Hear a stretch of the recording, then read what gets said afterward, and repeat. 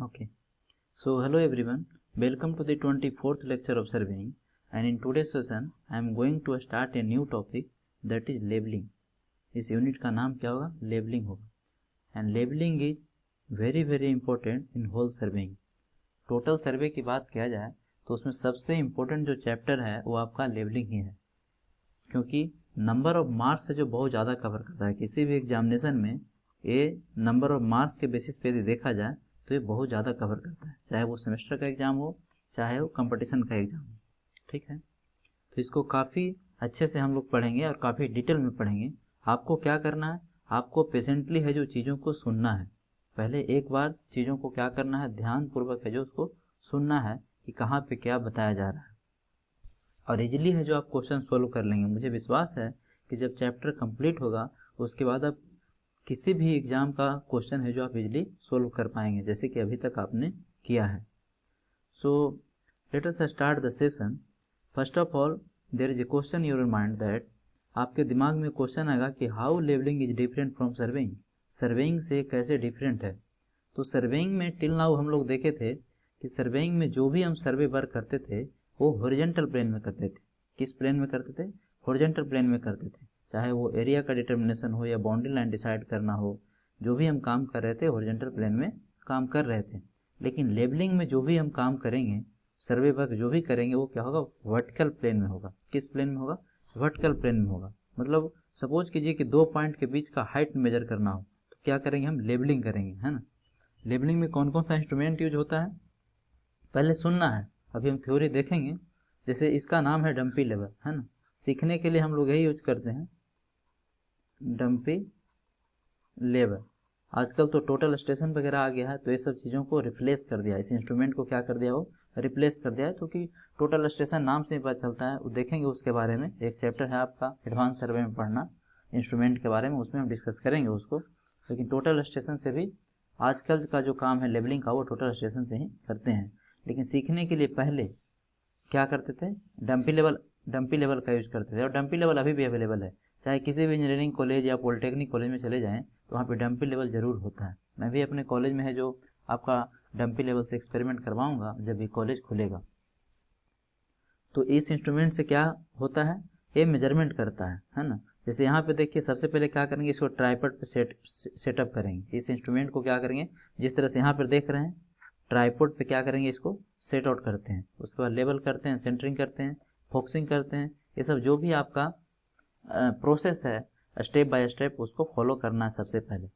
उसके बाद ये क्या है, ये आपका आईवेन है ना, आईपीस बोलते हैं इसको। इसको क्या बोलते हैं? आईपीस बोलते हैं। इसको बोलते हैं आईपीस और इसको बोलते हैं ऑब्जेक्टिव पीस। इसको ऑब्जेक्टिव पीस बोलते हैं और इसको आईपीस बोलते हैं। ठीक है, आईपीस एंड ऑब्जेक्टिव पीस।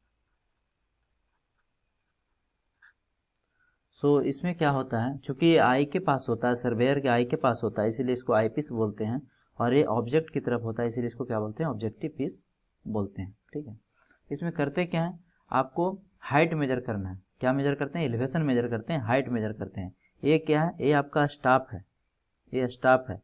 इसके बारे में डिटेल में देखेंगे बाद में, है ना, कि स्टाफ कितने टाइप का होता है, इसका लिस्ट काउंट क्या होता है, सब है जो डिटेल में बाद में देखेंगे।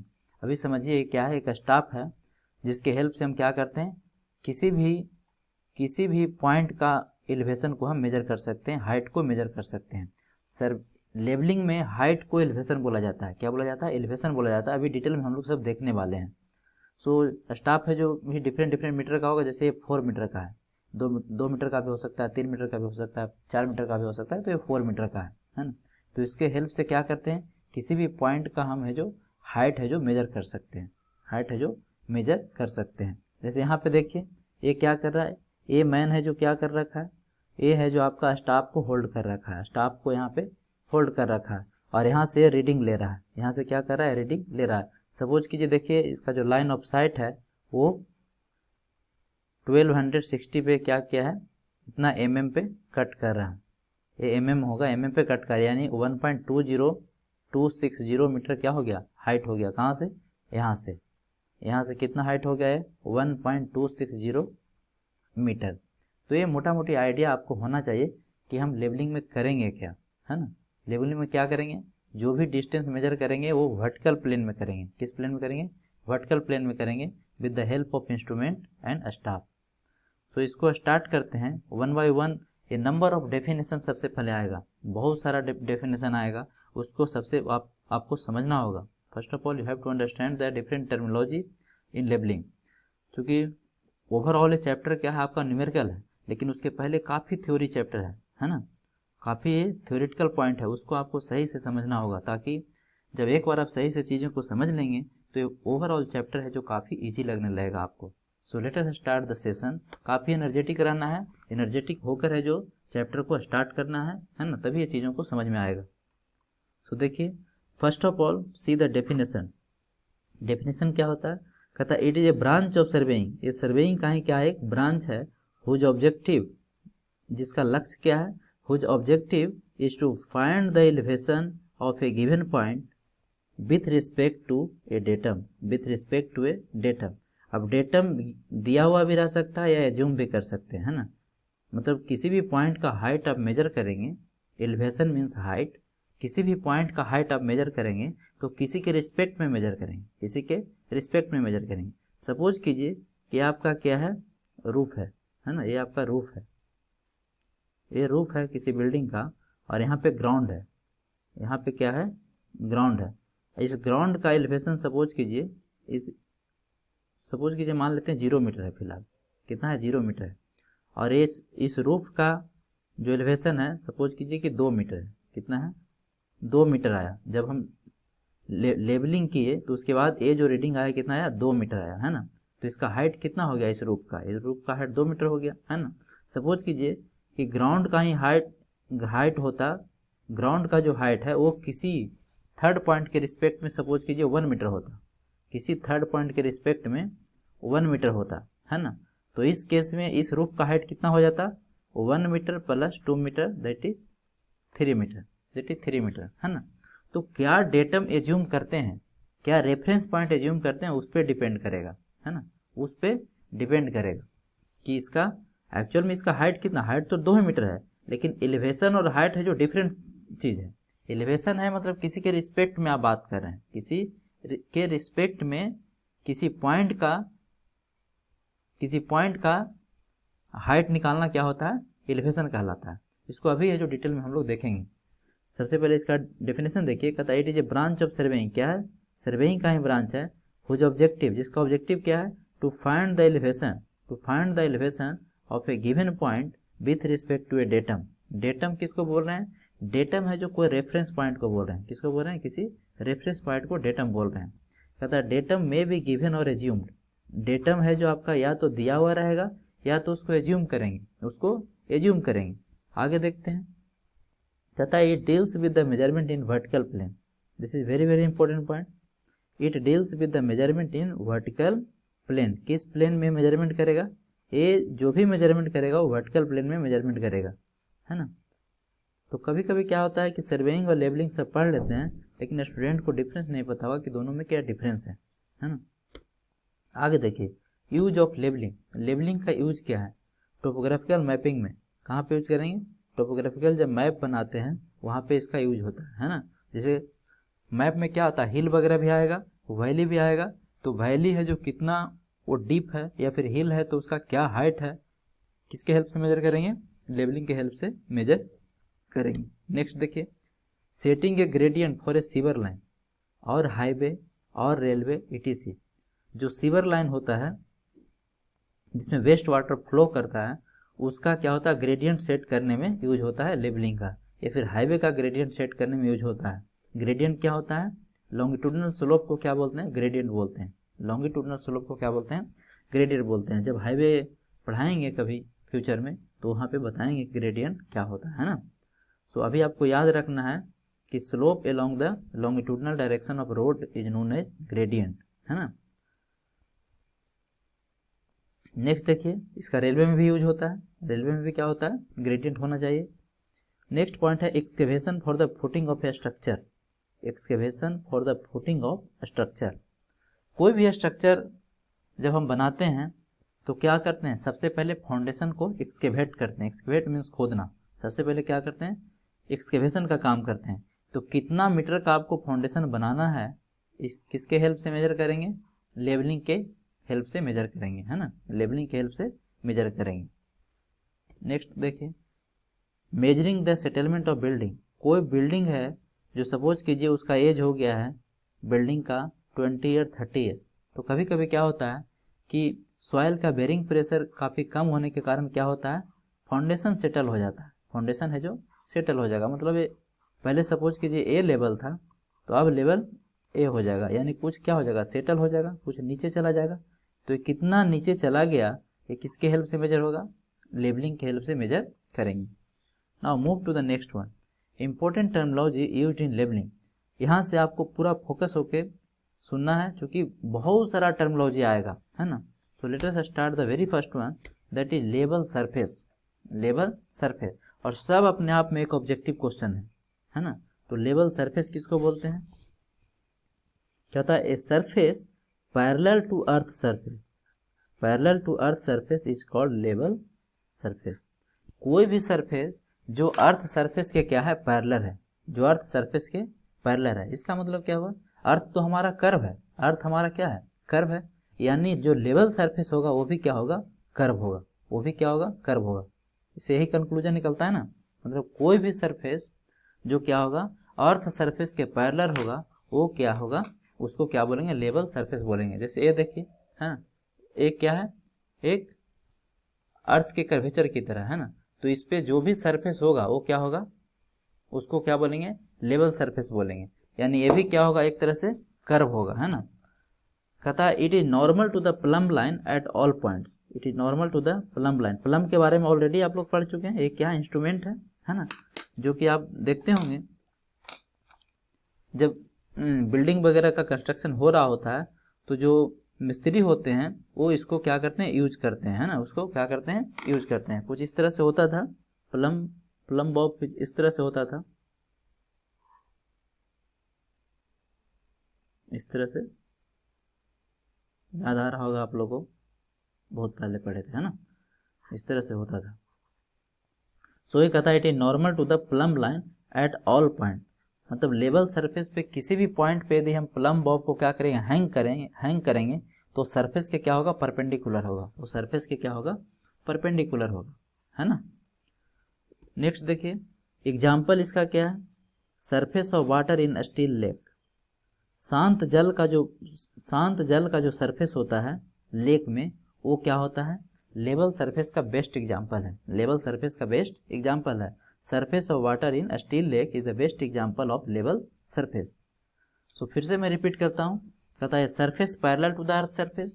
कोई भी ऐसा सरफेस जो अर्थ सरफेस के क्या है, पैरेलल है, उसको हम क्या बोलेंगे, लेवल सरफेस बोलेंगे। और वो क्या होगा, प्लम लाइन का क्या होगा, परपेंडिकुलर होगा, नॉर्मल होगा। किसी भी पॉइंट पे, लेवल सरफेस के किसी भी पॉइंट पे यदि हम प्लम लाइन को क्या करेंगे, हैंग करेंगे, तो क्या होगा, हमेशा नॉर्मल होगा, हमेशा क्या होगा, नॉर्मल होगा, है ना। Now move to the next one, level line. Level line क्या होगा, देखिए लेवल सरफेस पे जो भी लाइन होगा उसको क्या बोलेंगे, लेवल लाइन बोलेंगे, है ना। जैसे सपोज कीजिए कि ही आपका क्या है, लेवल सरफेस है, ये आपका लेवल सरफेस है, तो इस पे जो भी हम लाइन ड्रा करेंगे, जो भी लाइन ड्रा करेंगे इस पे, वो सारा लाइन क्या होगा आपका, वो सारा लाइन एक तरह से लेवल लाइन होगा, है ना। So any line lying on the level surface is called level line. It is also normal to the plumb line at all point, है ना। ये भी क्या होगा, प्लम लाइन के हमेशा नॉर्मल होगा, परपेंडिकुलर होगा, ठीक है। अब इस फिगर में ध्यान से केयरफुली समझिए, यहाँ पे देखिए, ये क्या है, ग्राउंड का सरफेस है, ये जो हैच पोर्शन से दिख रहा है ये वाला, ये सब इस तरह से, ये क्या है, ग्राउंड का प्रोफाइल है, ये क्या है, प्रोफाइल ऑफ ग्राउंड, है ना, प्रोफाइल ऑफ ग्राउंड।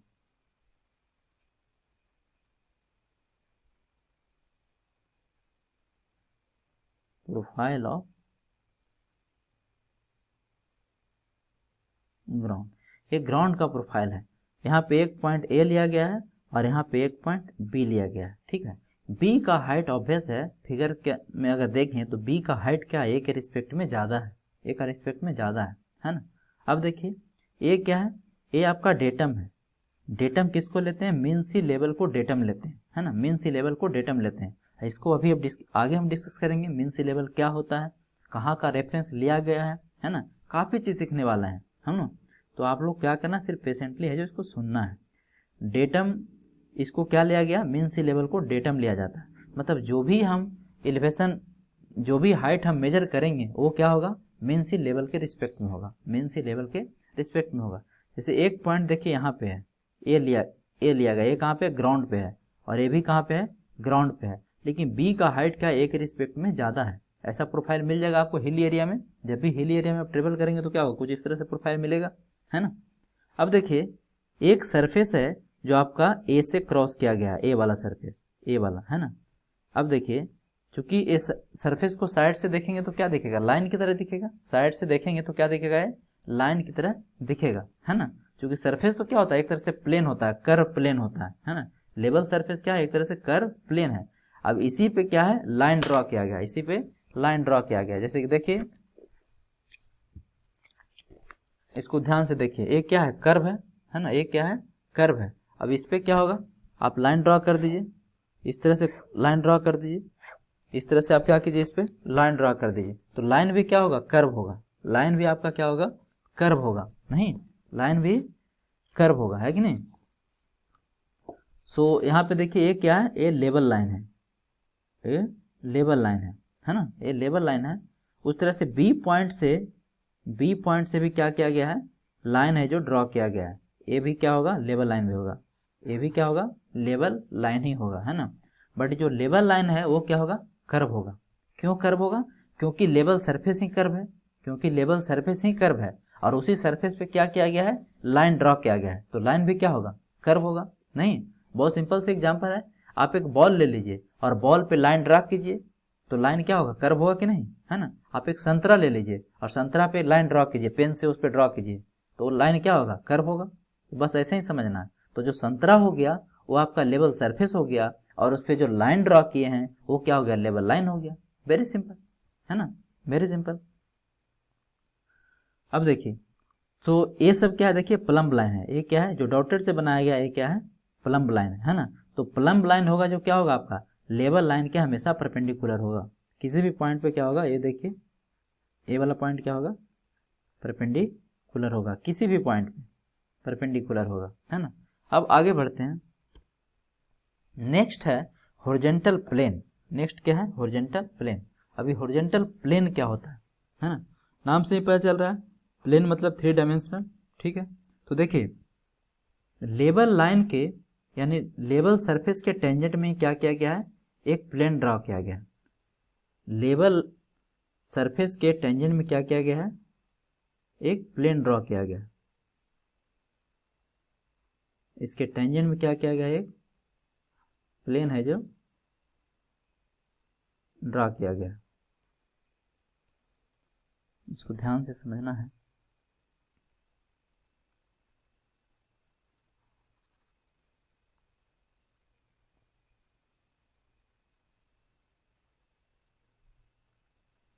ये आपका लेवल सरफेस हो गया, इस पे आप टेंजेंट ड्रॉ कीजिए,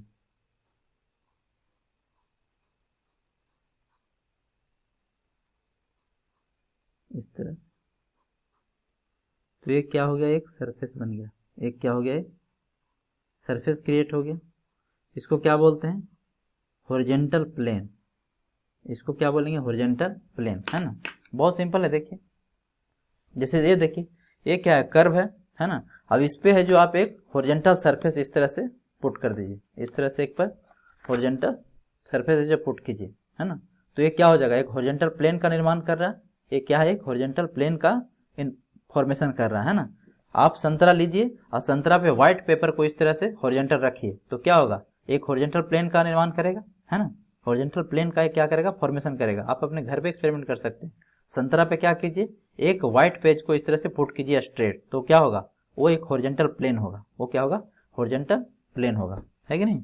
तो देखिए इसका डेफिनेशन देखिए, कहता है a plane tangential to level surface, a plane tangential to level surface, a plane tangential to the level surface at any point is called horizontal plane.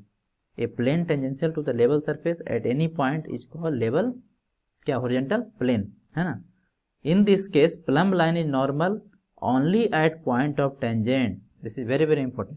क्योंकि आप क्या होगा यहाँ पे अगर देखेंगे, यहाँ पे यदि हम प्लम्ब लाइन लगाएं जहाँ पे ये टच कर रहा है, जहाँ पे क्या कर रहा है, इस सरफेस को टच कर रहा है, तो यहाँ पे क्या होगा, ये नॉर्मल होगा, यहाँ पे नॉर्मल होगा, सिर्फ इस पॉइंट पे ही नॉर्मल होगा, जहाँ पे टच करेगा सिर्फ उसी पॉइंट पे क्या होगा, ये नॉर्मल होगा, मतलब 90 डिग्री का एंगल बनाएगा, इधर नहीं बनाएगा. अगर इधर देखें तो यहाँ पे नहीं बनाएगा, यहाँ पे नहीं बनाएगा, यहाँ पे नहीं बनाएगा, लेकिन जहाँ पे टच कर रहा है वहाँ पे क्या होगा, 90 डिग्री का एंगल बनाएगा, हॉरिजॉन्टल प्लेन, है ना. So in this case plumb line is normal only at point of tangent. Now next one is horizontal line.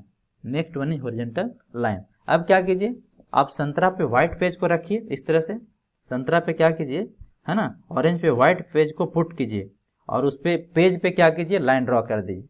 इस पेज पे क्या कीजिए, लाइन ड्रॉ कर दीजिए. तो जितना भी लाइन आप ड्रॉ कर रहे हैं वो सारा लाइन क्या होगा, हॉरिजॉन्टल होगा, वो सारा लाइन क्या होगा, हॉरिजॉन्टल लाइन होगा, है ना. तो डेफिनेशन देखिए, कहता है a line lying on the horizontal plane. इस हॉरिजॉन्टल प्लेन पे जितना भी लाइन हम ड्रा करेंगे, ये तो आपका क्या था, हॉरिजॉन्टल प्लेन था. अब इस प्लेन पे जितना भी लाइन ड्रॉ करेंगे ये सब लाइन क्या होगा, हॉरिजॉन्टल लाइन होगा. ये सब लाइन को क्या बोलेंगे, हॉरिजॉन्टल लाइन बोलेंगे, है ना. Any line lying on the horizontal plane is called horizontal line. A line lying on the horizontal plane is called horizontal line. It is a straight line tangential to the level surface. ये भी बोल सकते हैं, ये भी बोल सकते हैं. It is a straight line tangential to the level line. Tangential to the level line. Level line के क्या होगा, कहता है it is a straight line. एक क्या है, horizontal line क्या है, एक टाइप का straight line है जो किसका टेंजेंशियल है, लेवल लाइन के टेंजेंशियल है ना. इस फिगर में देखिए, यहाँ पे ध्यान से, ये क्या था आपका, लेवल लाइन था, ये लेवल लाइन था. अब इस बी पॉइंट पे क्या किया गया है, टेंजेंट ड्रॉ किया गया, जैसा कि आप देख सकते हैं. ये क्या है, टेंजेंट ड्रॉ किया गया, है ना, ये आपका टेंजेंट ड्रॉ किया गया. तो इस पॉइंट, इस लाइन को क्या बोला गया, हॉरिजॉन्टल लाइन. इसको क्या बोला गया, हॉरिजॉन्टल लाइन, है ना. यहाँ पर भी ड्रॉ कर सकते हैं, इस चूंकि यहाँ पर भी क्या है, ए पॉइंट पे भी क्या है, एक लेवल लाइन यहाँ से भी क्रॉस किया है, एक लेवल लाइन यहाँ से भी क्रॉस किया गया. तो यहाँ पर भी यदि हम टेंजेंट ड्रॉ करें, जैसा कि ये देख रहे हैं, ए वाला, है ना, तो ये भी क्या है, एक हॉरिजॉन्टल लाइन है, ये भी क्या है, एक हॉरिजॉन्टल लाइन है ना. ये क्या है, हॉरिजॉन्टल लाइन है. चलिए next one, it is also normal to the plumb line at point of tangent.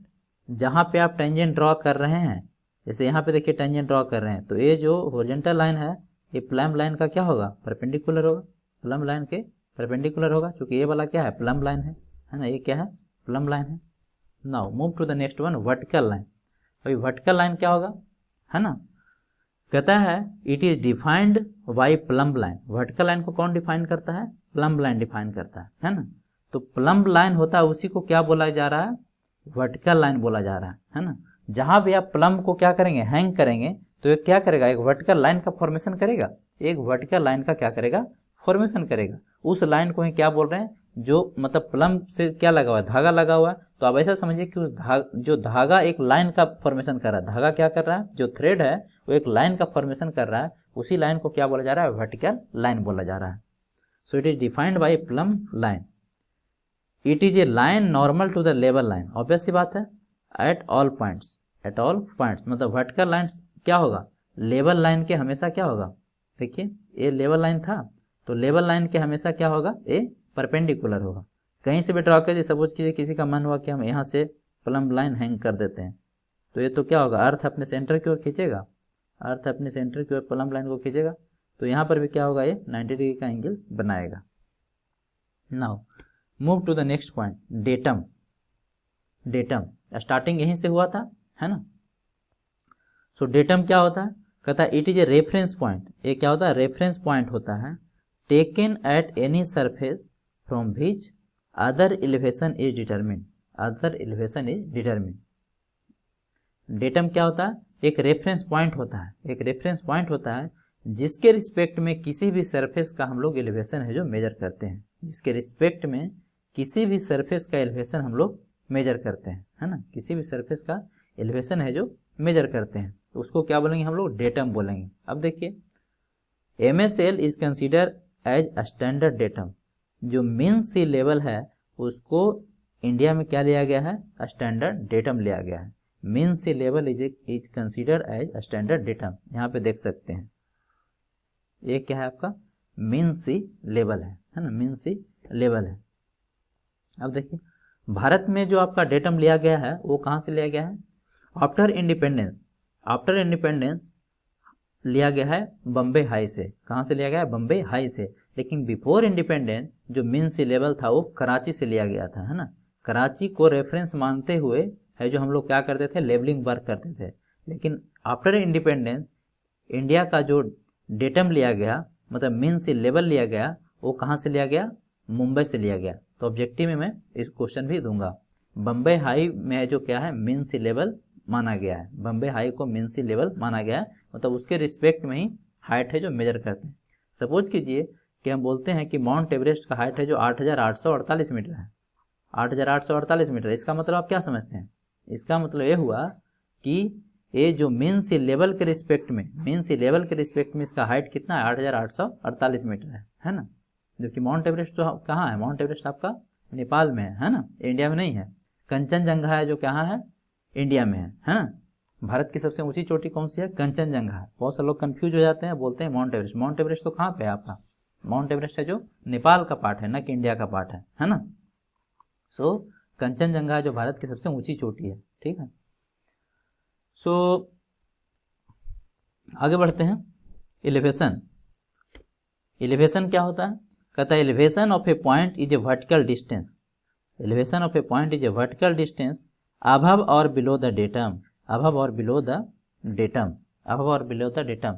Suppose कीजिए कि ये यहाँ पे डेटम है, एक क्या है डेटम है, इसको मान लेते हैं 0 मान लेते हैं। डेटम हमारा सपोज कीजिए 0 मीटर है। तो इसके जब ऊपर जाएंगे, ऊपर जब मेजर करेंगे, हाँ ऊपर जाएंगे तो क्या लेंगे, पॉजिटिव लेंगे। और इसके जब नीचे जाएंगे, नीचे जब डिस्टेंस मेजर करेंगे तो क्या होगा, नेगेटिव होगा। वो कैसे, मतलब समुद्र में यदि हम नीचे जाएंगे तो क्या होगा, उसका डिस्टेंस नेगेटिव में आएगा। जबकि ऊपर जाएंगे, हिल का हाइट मेजर करेंगे तो क्या लेंगे, उसको पॉजिटिव में लेंगे, है ना। डीपेस्ट पॉइंट क्या है, मरियाना ट्रेंच है, वो क्या हो, नेगेटिव में होता है ना। So elevation of a point is a vertical distance above और बिलो द डेटम लाइन। क्या है, एक वर्टिकल डिस्टेंस है जो हम डेटम के रिस्पेक्ट में लेते हैं, है ना। अब ये डेटम से नीचे भी हो सकता है और डेटम से ऊपर भी हो सकता है। नेक्स्ट देखिए, it is also known as reduced level. इसको क्या बोला जाता है, दूसरा नाम क्या है, रिड्यूस लेवल, और शॉर्ट में इसको क्या बोलते हैं, आरएल। दूसरा नाम क्या है इसका, आरएल है, और रिड्यूस लेवल है। एलिवेशन का ही सेकेंड नाम क्या है, रिड्यूस लेवल। अब पढ़िए मीन सी लेवल के बारे में। मीन सी लेवल क्या होता है ना। कहता है कि it is the average height, ये क्या होता है, एवरेज हाइट होता है of sea level for all stages of the tides, for all stages of the tides. मतलब मीन सी लेवल कैसे डिसाइड करते हैं, है ना। तो आप लोगों को तो पता है टाइड्स मीन्स क्या होता है, ज्वार भाटा, ज्वार भाटा, है ना। तो पूर्णिमा में क्या होता है, ज्वार भाटा काफ़ी, जब भी पूर्णिमा होता है तो उसमें बहुत ज़्यादा हाइट गेन करता है ना। और जब धीरे धीरे जब अमावस्या आता है तो इसका हाइट क्या होता है, डिक्रीज होता जाता है ना। तो इस तरह से मतलब क्या होगा, टाइड है जो ऊपर नीचे होता रहता है। तो हम क्या करेंगे, इसका एवरेज हाइट लेंगे, ये क्या लेंगे, इसका एवरेज हाइट लेंगे, है ना। तो वही कहता है it is the average height of sea level for all stages of the tides, for all stages of the tides. क्योंकि कभी तो टाइड्स क्या होगा, कभी बहुत ज़्यादा ऊपर होगा, कभी नीचे होगा, है ना। तो हम क्या करते हैं, एवरेज हाइट इसका कंसिडर करते हैं, है ना। उस एवरेज हाइट को ही क्या बोला गया है, मीन सी लेवल बोला गया। एवरेज हाइट को क्या बोला गया है, मीन सी लेवल बोला गया। It is the average height of sea level for all stages of the tides. अभी कैसे डिसाइड होता है सुनिए, कहता है एट एनी पार्टिकुलर प्लेस, किसी भी प्लेस पे, it is determined by averaging the hourly tide height, hourly tide height over a long period of 19 years, है ना। क्या करेंगे, प्रत्येक आवर का एवरेज हाइट लेते जाते हैं, है ना। कब तक, 19 साल तक पीरियड, लगातार 19 साल तक लगातार। मतलब मीन सी लेवल कैसे डिसाइड किया गया है, मीन सी लेवल कैसे डिसाइड किया गया है, उसका स्टोरी क्या है। कहता है at any particular place it is determined by averaging the hourly tide heights over a long period of 19 years, है ना। 19 साल तक के स्पान में प्रत्येक आवर क्या करेंगे, एवरेज हाइट है जो लेते जाएंगे। एवरेज हाइट क्या करेंगे, निकालेंगे, है ना, किसका, टाइड्स का।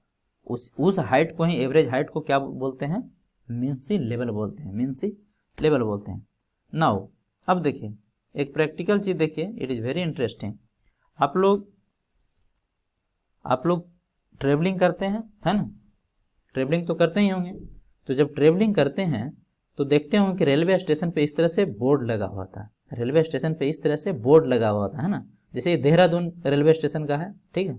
तो वहाँ पे देखिए क्या लिखा हुआ, समुद्र तल से ऊंचाई 636.96 मीटर। इसका मतलब क्या हुआ, है ना, समुद्र तल से ऊंचाई मतलब मीन सी लेवल हाइट, है ना, mean sea level, mean sea level से इसका जो हाइट है ना, वो कितना है, 636.96 मीटर। अब यहाँ पर भी आप लोग कन्फ्यूजन होगा कि सर किसका हाइट है, जैसे कुछ इस तरह से होता है।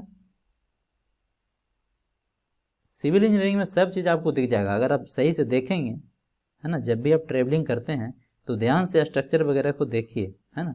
ये क्या है आपका, ये प्लेटफॉर्म है, नहीं, ये क्या है, प्लेटफॉर्म है, ये प्लेटफॉर्म है। यहाँ पे क्या होता है, स्लीपर होता है, यहाँ पे इस तरह से स्लीपर होता है, और यहाँ पे क्या होता है, रेलवे, इस तरह से रेलवे पटरी होता है, इस तरह से रेलवे पटरी होता है, ठीक है। और ये क्या होता है, प्लेटफॉर्म होता है। तो आप पूछेंगे कि सर ये किसका हाइट है, क्या इस पॉइंट का हाइट है या फिर इस पॉइंट का हाइट है ना, ठीक है।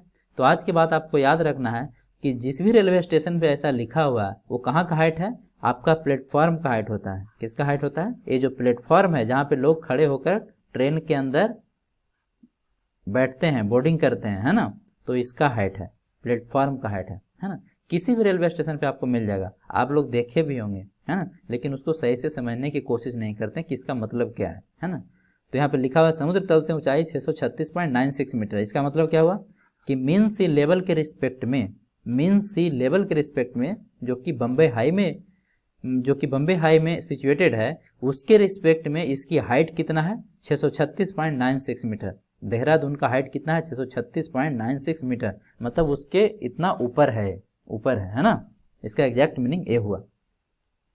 चलिए आगे बढ़िए। बेंचमार्क, एक नया टर्म आया, बेंचमार्क। अभी बेंचमार्क क्या होता है, कहता है कि बेंचमार्क जिसको हम शॉर्ट में बीएम लिखेंगे, क्या लिखेंगे, बीएम लिखेंगे। It is relatively fixed point. ये क्या होता है, रिलेटिवली मतलब किसी के रिस्पेक्ट में लिया गया है। What is the meaning of relatively, relatively means किसी के रिस्पेक्ट में लिया गया है ना। So it is relatively fixed point of reference whose elevation is known, जिसका एलिवेशन क्या होता है, नून होता है। इस पॉइंट को आपको क्या करना है, फोकस करना है ना। It is relatively fixed point of reference whose elevation is known, जिसका एलिवेशन क्या होता है, नून होता है, आपको पहले से पता होता है। With respect to some assume datum, with respect to some assume datum, कोई जो डेटम आप एज्यूम किए उसके रिस्पेक्ट में आप क्या करते हैं, इसका एलिवेशन पहले से ही मतलब निकाल के इसको रखा जाता है। अब बेंचमार्क कौन स्टैब्लिश करता है, जनरली है जो गवर्नमेंट एजेंसी है जो स्टैब्लिश करता है। अभी इसको देखेंगे। सो it is relatively fixed point होता है, हुज एलिवेशन इज नोन, जिसका एलिवेशन आपको क्या होता है, पता होता है, आपको एलिवेशन पता होता है। मतलब गवर्नमेंट बॉडी है जो ऑलरेडी इस एलिवेशन को क्या करता है, डिसाइड करके रखता है। With respect to some assume datum, अभी एज्यूम डेटम क्या हो सकता है मीन सी लेवल हो सकता है कि नहीं। आगे देखिए टाइप्स ऑफ बेंचमार्क। बेंचमार्क कितने टाइप का होता है, तो बेंचमार्क है जो 3 टाइप का होता है जनरली। फर्स्ट है जीटीएस, ग्रेट ट्रिग्नोमेट्रिक सर्वे बोलते हैं, है ना, बेंचमार्क। ये क्या होता है, establish by survey of India. कौन इस्टेब्लिश करता है, सर्वे ऑफ इंडिया क्या है, गवर्नमेंट एजेंसी है। Establish by survey of India at an interval of about 100 kilometre all over the country with respect to mean sea level, that is Bombay High. Mean sea level कहाँ स्थित है, Bombay high में, है ना। सो कहने का मतलब है कि प्रत्येक 100 किलोमीटर पे क्या किया गया है, बहुत सारा जीटीएस है जो इस्टेब्लिश किया गया है ना। ग्रेट ट्रिग्नोमेट्रिक सर्वे बेंचमार्क है जो इस्टेब्लिश किया गया है, किसके द्वारा, सर्वे ऑफ इंडिया के द्वारा, है ना। आगे पढ़िए। सेकंड है जो परमानेंट बेंचमार्क है, इसी से हमें ज़्यादा मतलब है, ये हमारा काम का है परमानेंट बेंचमार्क, है ना, PBM, permanent benchmark. Benchmark means permanent benchmark. So these are establish between GTS benchmarks, है ना।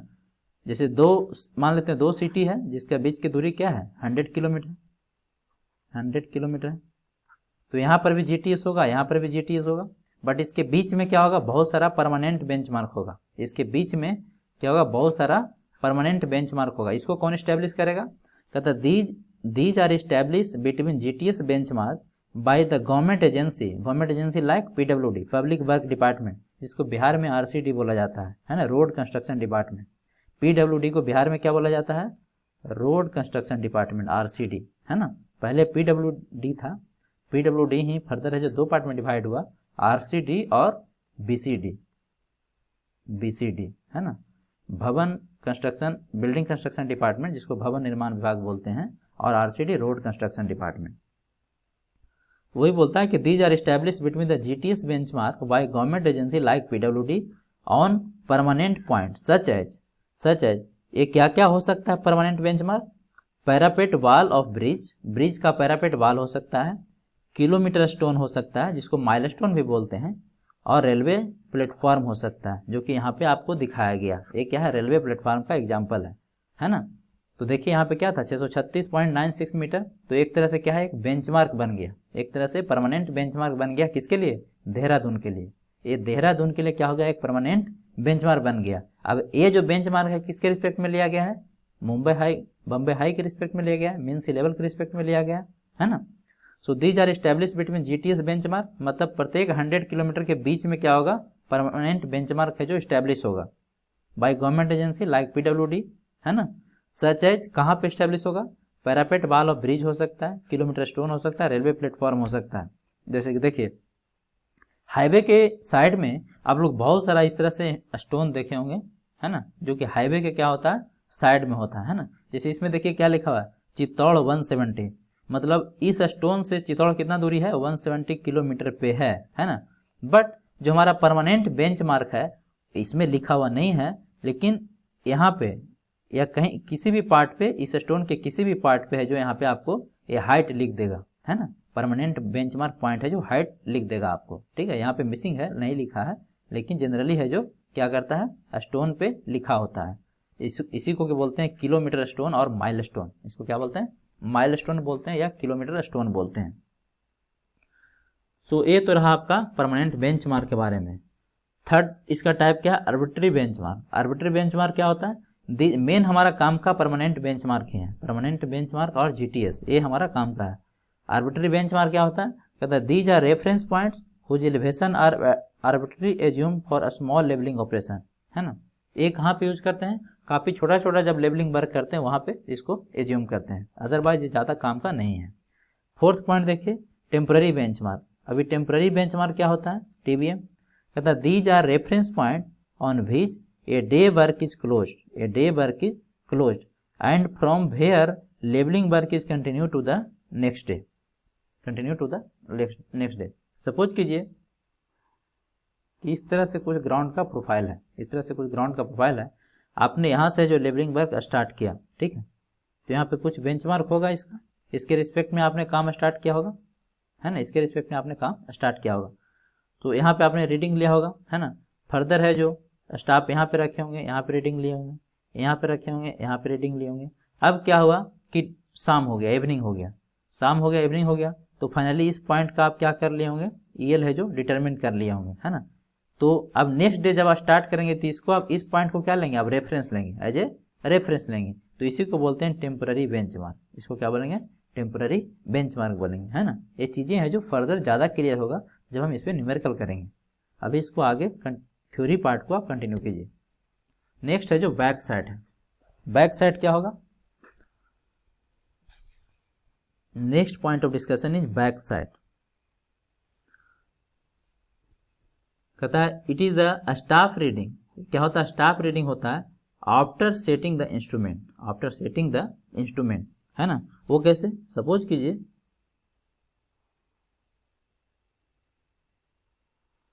कि आपका ग्राउंड का प्रोफाइल है, ये ग्राउंड का प्रोफाइल है, आप यहाँ से जो लेवलिंग वर्क स्टार्ट कर रहे हैं, यहाँ से लेवलिंग वर्क स्टार्ट कर रहे हैं,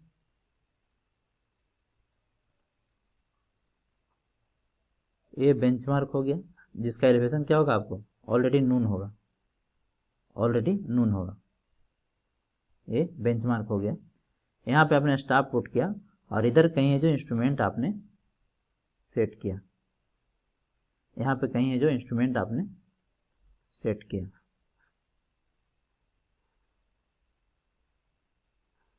इस तरह से आपने इंस्ट्रूमेंट सेट किया, ठीक। तो इंस्ट्रूमेंट सेट करने के बाद बेंच मार्क पे हम क्या करेंगे, स्टाफ को रखेंगे, स्टाफ को पुट करेंगे वर्टिकल, और इसके बाद फर्स्ट रीडिंग लेंगे, फर्स्ट रीडिंग लेंगे। इस तरह से क्या करेंगे, फर्स्ट रीडिंग लेंगे। तो ये जो रीडिंग आएगा इसी को क्या बोलते हैं, बैक साइड। जो फर्स्ट रीडिंग होगा उसको क्या बोलेंगे, बैक साइड, है ना। So it is the staff reading after setting the instrument, after setting the instrument. और कोई भी लेवलिंग वर्क करने से पहले जो पहला रीडिंग होता है उसको क्या बोलते हैं, बैक साइड बोलते हैं, उसको क्या बोलते हैं, बैक साइड बोलते हैं।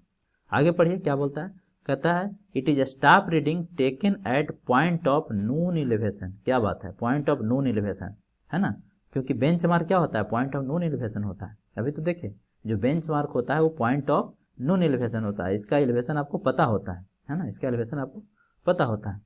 सो it is a staff reading taken at a point of known elevation. तो ये जो रीडिंग आएगा उसको क्या बोल दिए, बैक साइड बोल दिए, है ना। ये जो रीडिंग हुआ उसको क्या बोले, बैक साइड बोले। आगे देखिए next, it is also known as plus sight. इसको क्या बोलते हैं, प्लस साइड भी बोलते हैं। अब प्लस साइड क्यों बोलते हैं, इसके पीछे रीजन है, अभी आगे क्लियर होगा आपको, फिर भी मैं यहाँ पे आपको समझाने की कोशिश करता हूँ।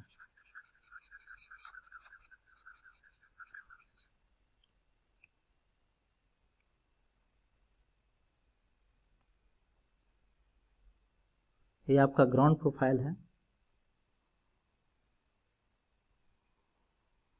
इस तरह से ग्राउंड का प्रोफाइल है।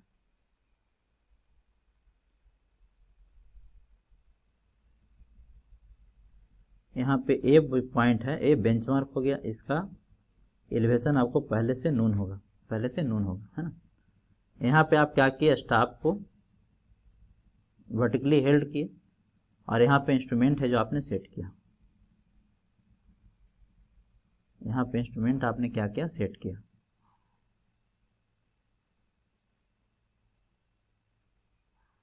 इंस्ट्रूमेंट आपने सेट किया और उसके बाद क्या किया आपने, फर्स्ट रीडिंग है जो यहाँ से क्या करेंगे आप, यहाँ पे खड़े रहेंगे आप, यहाँ पे आप क्या करेंगे, खड़े रहेंगे और यहाँ से आप रीडिंग है जो लेंगे, है ना।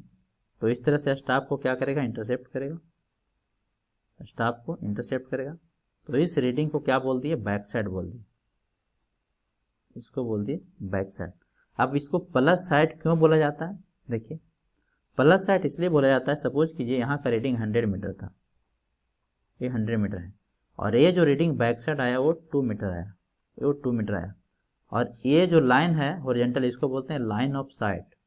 क्या बोलते हैं, लाइन ऑफ साइट, है ना, लाइन ऑफ साइट, है ना। और इसका जो एलिवेशन होता है इसको बोलते हैं हाइट ऑफ इंस्ट्रूमेंट। अभी देखेंगे इसको क्या बोलते हैं, हाइट ऑफ इंस्ट्रूमेंट।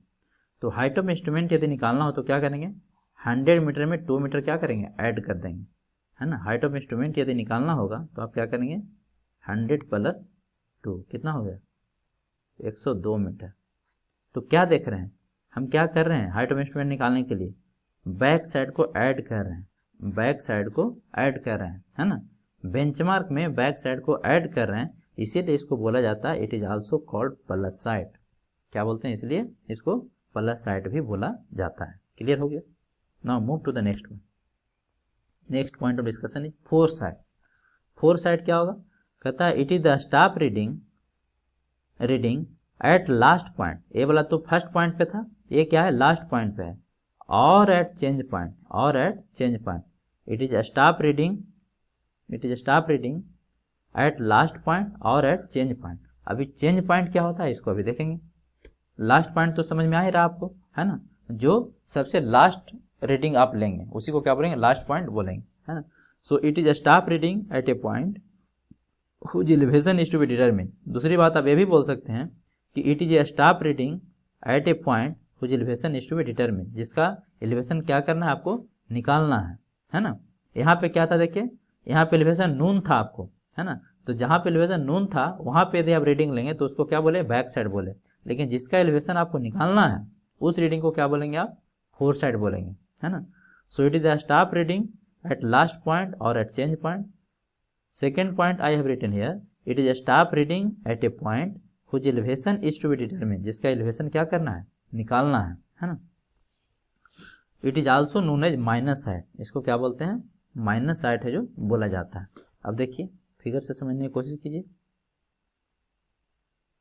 सपोज कीजिए कि आपका ग्राउंड प्रोफाइल है, इस तरह से क्या है, ग्राउंड का प्रोफाइल है, जहाँ पे आपको लेबलिंग करना है। आपको लगता होगा कि सर इस तरह से कर्व क्यों बनाते हैं, क्योंकि यदि आप समतल बना देंगे तो फिर तो हमेशा रीडिंग सेम आएगा, हमेशा रीडिंग क्या आएगा, सेम आएगा, है ना। फिर लेबलिंग का कोई मतलब नहीं रह जाएगा, लेबलिंग का कोई मतलब नहीं रह जाएगा, ठीक है। अब क्या कीजिए, सपोज कीजिए कि यहाँ पे आपका बेंचमार्क है, बेंचमार्क है जिसका रीडिंग कितना है, 100 मीटर है। ये कितना 100 मीटर है और ये पॉइंट ए है, ए है। आप क्या करेंगे, यहाँ पे स्टॉप पुट करेंगे, यहाँ पे आप क्या करेंगे, इंस्ट्रूमेंट को लेबल करेंगे और यहाँ से क्या करेंगे, रीडिंग है जो आप लेंगे, है ना। रीडिंग आपने यहाँ से ले लिया, इस तरह से आपने क्या किया, रीडिंग ले लिया। सपोज कीजिए कि ये डिस्टेंस आ गया 1 मीटर, ये कितना आ गया, 1 मीटर। तो ये वाला डिस्टेंस क्या हो गया, इसको लाइन ऑफ साइट के हाइट होता है उसको क्या बोलते हैं, हाइट ऑफ इंस्ट्रूमेंट। ये हो गया आपका कितना, 100 और +1 मतलब 101 मीटर हो गया, है ना। अब क्या करेंगे, नेक्स्ट रीडिंग के लिए आप क्या करेंगे, वापिस आप चूंकि लेवलिंग इधर से इधर कर रहे हैं, है ना, तो अब फर्दर है जो आप यहाँ पे इंस्ट्रूमेंट रखेंगे, इसको मैं स्ट्रेट बनाता हूँ। फर्दर है जो आप यहाँ पे इंस्ट्रूमेंट को पुट करेंगे, है। मान लेते हैं ये पॉइंट बी है, ये बी है, ये पॉइंट कौन सा है, बी है, जिसका एलिवेशन आपको निकालना है, ये पॉइंट बी है। फिर क्या करेंगे, पहले तो आपका आई यहाँ पे था, अब आई यहाँ पे, अब क्या आप यहाँ पे शिफ्ट हो जाएंगे, और इस टेलीस्कोप को क्या करेंगे, रोटेट कर देंगे, जो टेलीस्कोप है उसको क्या करेंगे, रोटेट कर देंगे। अब आप यहाँ से रीडिंग यहाँ पे लेंगे, सपोज कीजिए आके कहीं पे यहाँ पे कट करता है, और ये जो रीडिंग है मान लेते हैं कि ये रीडिंग है जो 2 मीटर है, ये कितना है, 2 मीटर है, ठीक है। तो आप क्या करेंगे बताइए, 2 मीटर है, इसका मतलब ये हुआ, अब बी का यदि हमको एलिवेशन निकालना है, सपोज कीजिए इस बी पॉइंट का, इस पॉइंट का एलिवेशन यदि निकालना है तो हम क्या करेंगे, इसका ये लाइन ऑफ साइट का तो हाइट ऑलरेडी पता है कितना, 101 मीटर, और ये वाला रीडिंग जो 2 मीटर है इसको क्या बोलेंगे, फोर साइड मानेंगे। ये मान के चल रहे हैं कि यहाँ पे हमारा लास्ट रीडिंग है, इसके बाद अब हमको कोई रीडिंग नहीं लेना है, तो इसको क्या बोल देंगे, फोर साइड बोल देंगे, ठीक है। अब बी का यदि एलिवेशन निकालना है,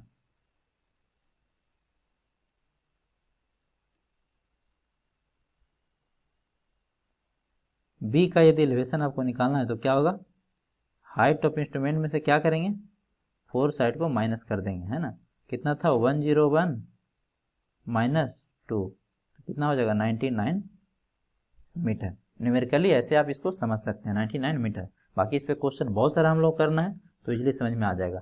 इसीलिए इसको क्या बोलते थे, माइनस साइड, है ना, माइनस साइड बोलते हैं। क्यों, क्योंकि जिस पॉइंट का एलिवेशन हमें निकालना है, जैसे यहाँ पे बी का निकालना था, तो बी को निकालने के लिए क्या किए, फोर साइड को माइनस किए, इसीलिए इसको माइनस साइड भी बोलते हैं।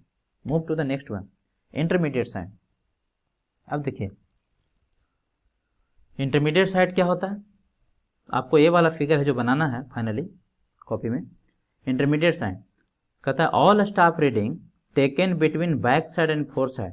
फोर साइड और बैक साइड के बीच में आपको जितना भी रीडिंग लेंगे, वो सब रीडिंग को आप क्या बोलेंगे, इंटरमीडिएट साइड बोलेंगे।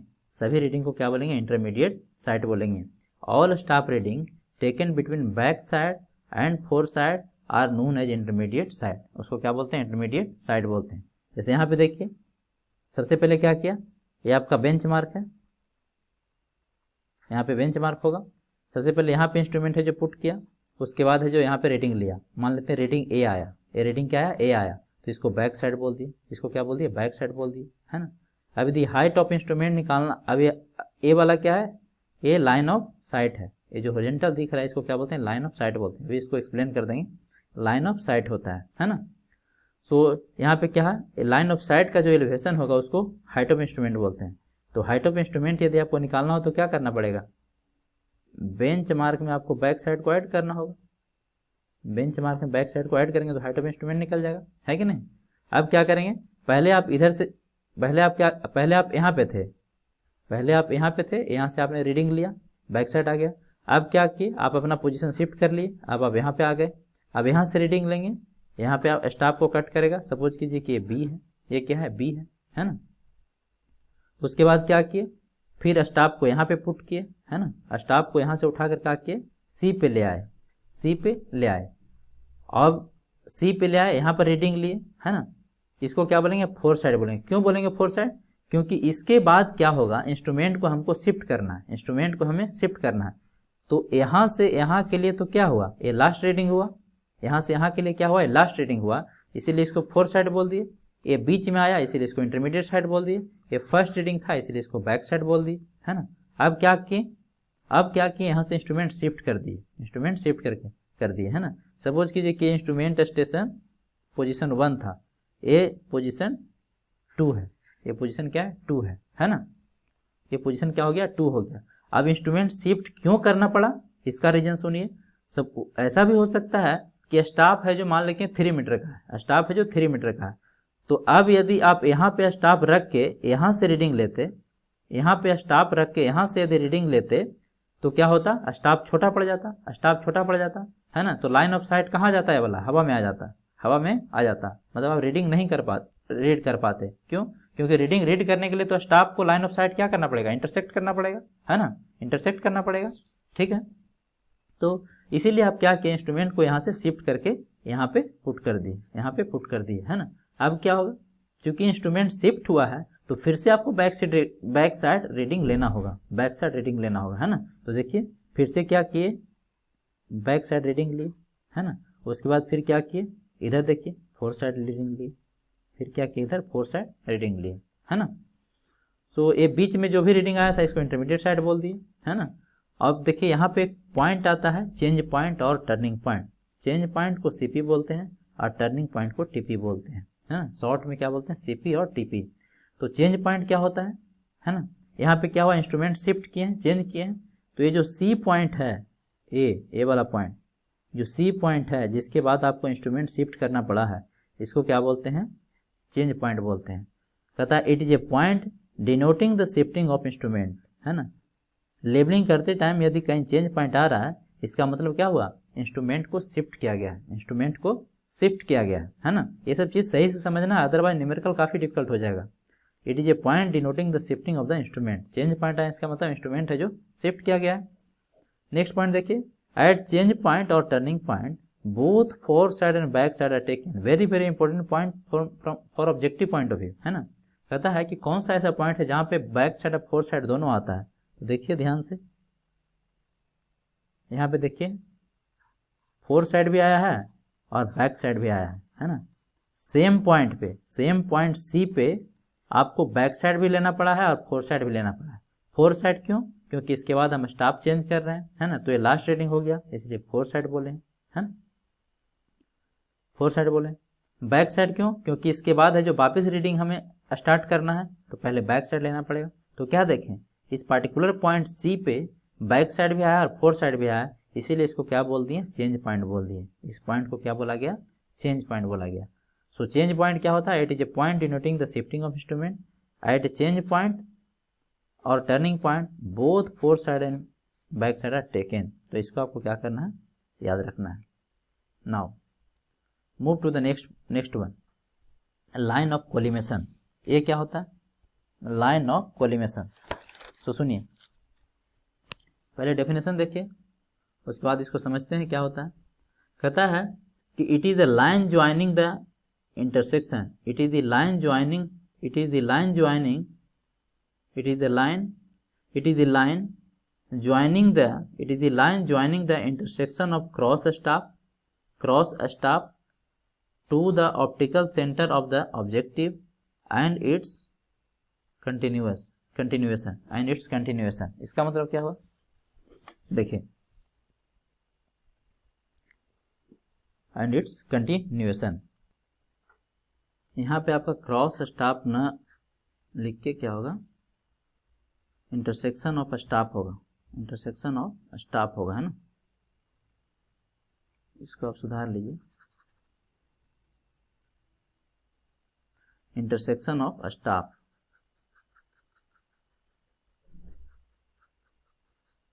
It is the line joining the intersection of a staff to the optical center of the objective and its continuation. अभी फिगर से ज़्यादा क्लियर होगा। सपोज कीजिए कि ये आपका क्या है, टेलीस्कोप है, ये टेलीस्कोप है,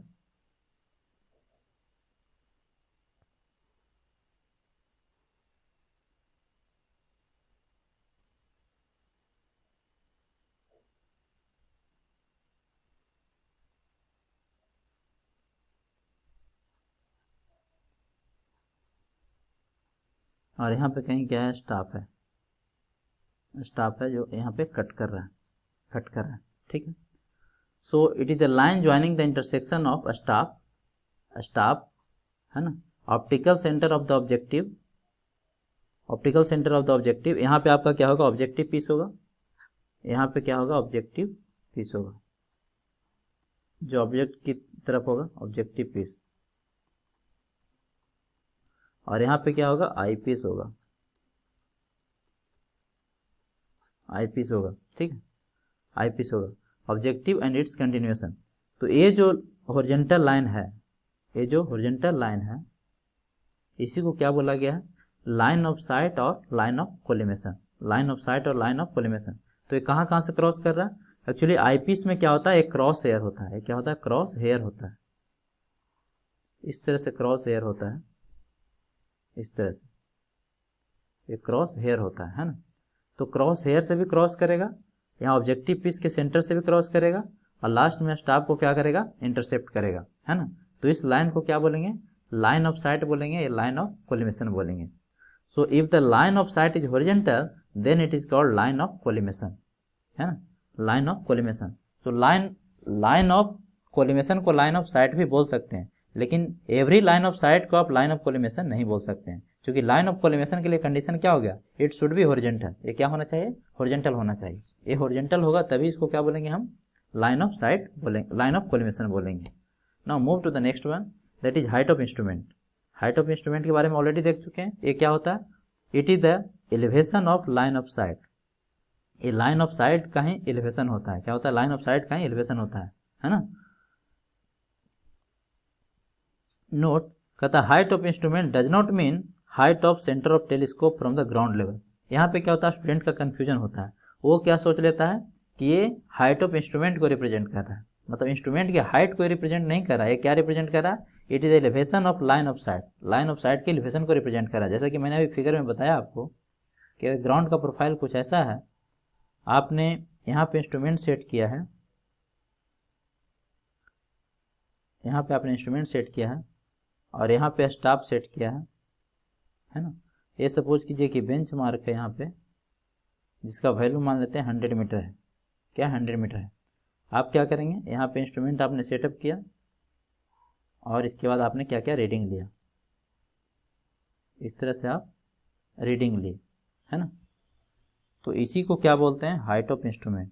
जो लाइन ऑफ साइट है इसका EL होगा, उसको क्या बोलेंगे, हाइट ऑफ इंस्ट्रूमेंट। और ये कैसे निकलेगा, ध्यान से देखिए, ये रीडिंग क्या होगा, बैक साइड होगा, ये क्या होगा, बैक साइड होगा। तो हाइट ऑफ इंस्ट्रूमेंट बराबर क्या हो गया, bench mark plus back side, bench mark plus back side, है कि नहीं। सेकेंड थिंग, सपोज कीजिए कि फर्दर स्टाफ आपने यहाँ पे पुट किया, है ना। तो ये जो रीडिंग होगा इसको क्या बोलेंगे, फोर साइड बोलेंगे, है ना, फोर साइड बोलेंगे, है ना। तो हाइट ऑफ इंस्ट्रूमेंट बराबर क्या हो गया, bench mark plus back side,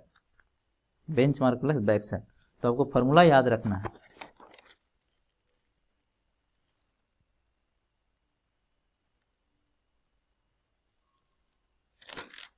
height of instrument बराबर क्या हो गया,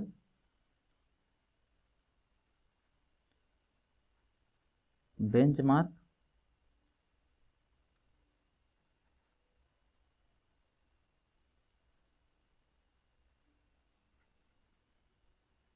बेंचमार्क प्लस बैक साइड